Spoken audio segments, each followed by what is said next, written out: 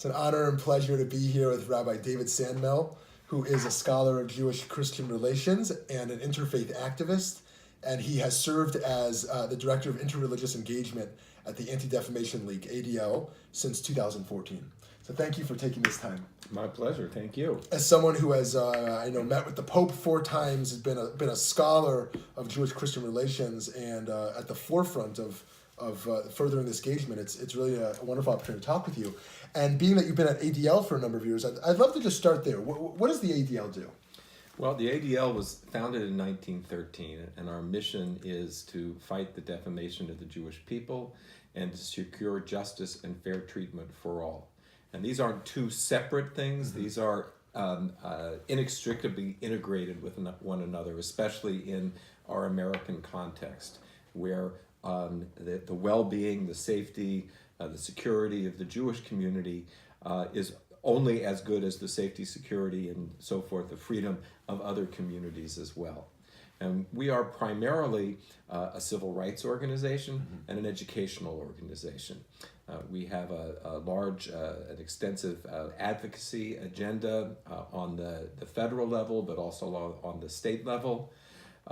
We run educational programs on diversity, on tolerance, on bias that reach literally millions of people a year.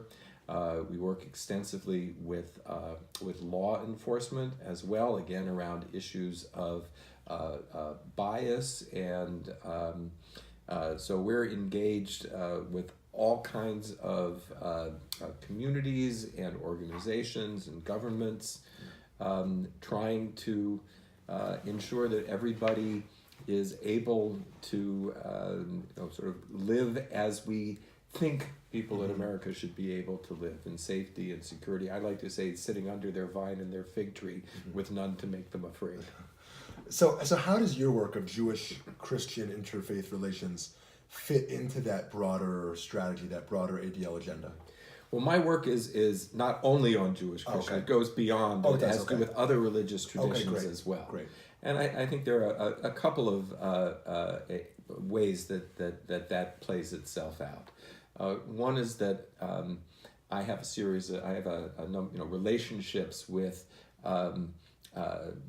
people in various religious institutions who have similar positions to mine. So whether it's the director of the United States Catholic Bishops' Conference Office for Ecumenical and Interfaith Affairs, we're friends. If something comes up, I pick up the phone, he picks up the phone. Similarly, in some of the Protestant denominations, I have colleagues in the Muslim community, in the Baha'i community, in the Sikh community. And these relationships are important because when there is an issue, when there is a problem, either because there's something that concerns us or because one of our communal partners has been attacked, we know each other. Mm-hmm. It's a friend at the end of the line. Yeah. I think that's incredibly important for the kind of work that we do. Yeah. So what I'd love to jump into is the topic of hate.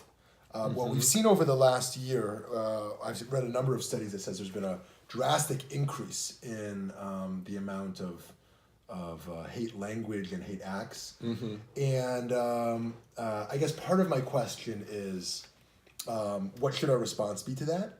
But really I want to start with, how do you understand hate? Meaning, what are the psychological or even historical, from a collectivist perspective, foundations to what fosters and enables cultures of hate?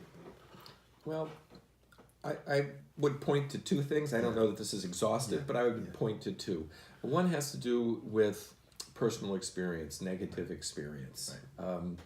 If I think about my grandfather who grew up in Eastern Europe, and he was simply fearful when he would see anybody dressed as Christian clergy, someone with a collar, and his experience was with Russian Orthodox, but in this country, he sort of generalized that because his experience was that these people were dangerous. They represented the enemy. So either it comes out of experience, or it comes out of learning, right? You need to be, I forget who said this, but you need to be taught to hate. That's not something that's that is inherent in our personality. And so, if one grows up in an environment where one is taught that this group or this kind of people or are somehow less, that's also going to, I think, promote that sort of feeling. So there can be a process of education that can counteract that. There can also be a gradual process of experiences that balance out the negative experiences. I think if we think about the change in attitudes in this country about the LGBTQ community and how so much of that was a change when people got to know, when people got to know someone and when they were able to put a face on it and understand that these are people who have the same needs and fears and desires and so forth, and it rather than being this this undefinable sort of other that's a threat, it's suddenly, my goodness, this is a person. So I think those are the two ways that I would approach that. And how do you see interfaith dialogue work as one vehicle to respond or address that hate that festers? I think there are two parts of that. I think, again, we seem to be going in things of two. Yeah. One is that historically, conflict between religions has been a significant factor in the history of the world, right?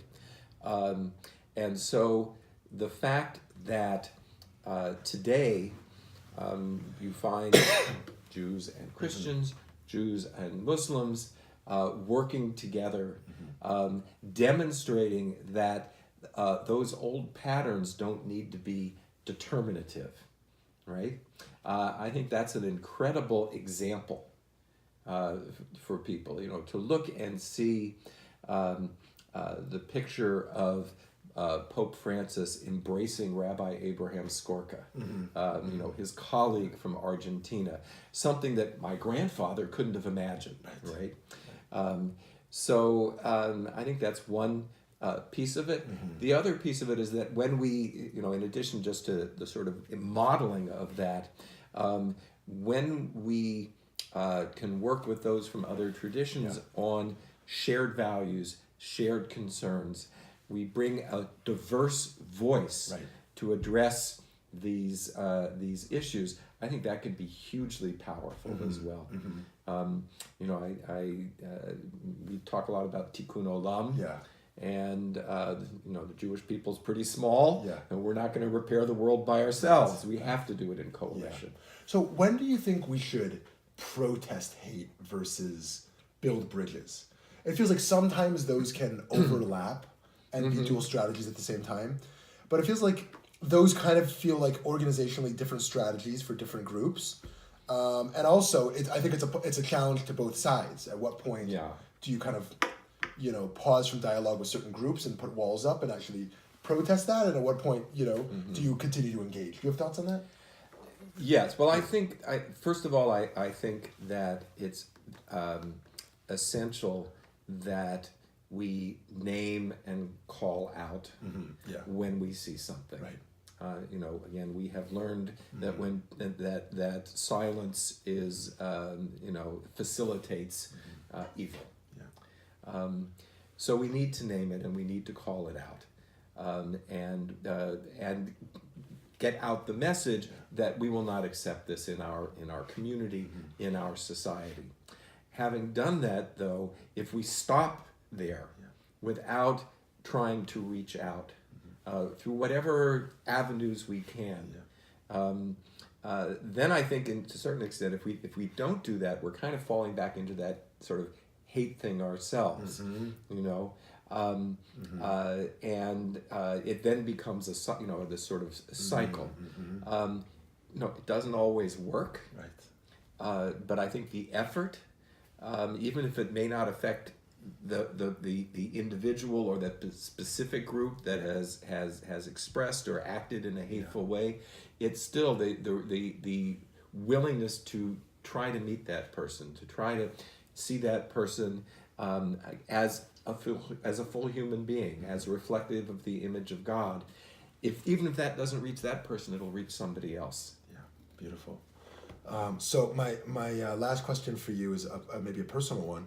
I'm sure you've had many formative moments in this work where you felt like this really matters, but maybe there's one formative moment you can share where you felt like you saw someone change, or you saw some evolution or some collaboration that felt like, I'm really like bought into this work I'm doing. Well, one of the programs that ADL runs is called Bearing Witness. And we teach Roman Catholic middle and high school teachers how to teach about the Holocaust, about anti-Semitism, and about Jewish-Catholic relations. And as part of that, I have the privilege of team teaching with a Roman Catholic priest passages from the New Testament to these teachers. And for most of these teachers, they've never seen a rabbi and a priest not only talk together and present together, but explore Scripture together. Right. And they understand, because they make it very clear that it's not my sacred Scripture, but I respect it. And I'm able to bring a certain perspective from that opens up new ways of understanding. And I've watched teachers with their mouths open, and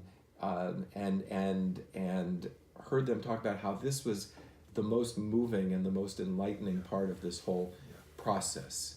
The priest and I don't agree on everything, theologically, politically, and yet we engage as friends with deep respect, and it is eye-opening. Very inspiring. I wish you so much continued success Well, and all thank of your you very wonderful work. much. Thank you so much.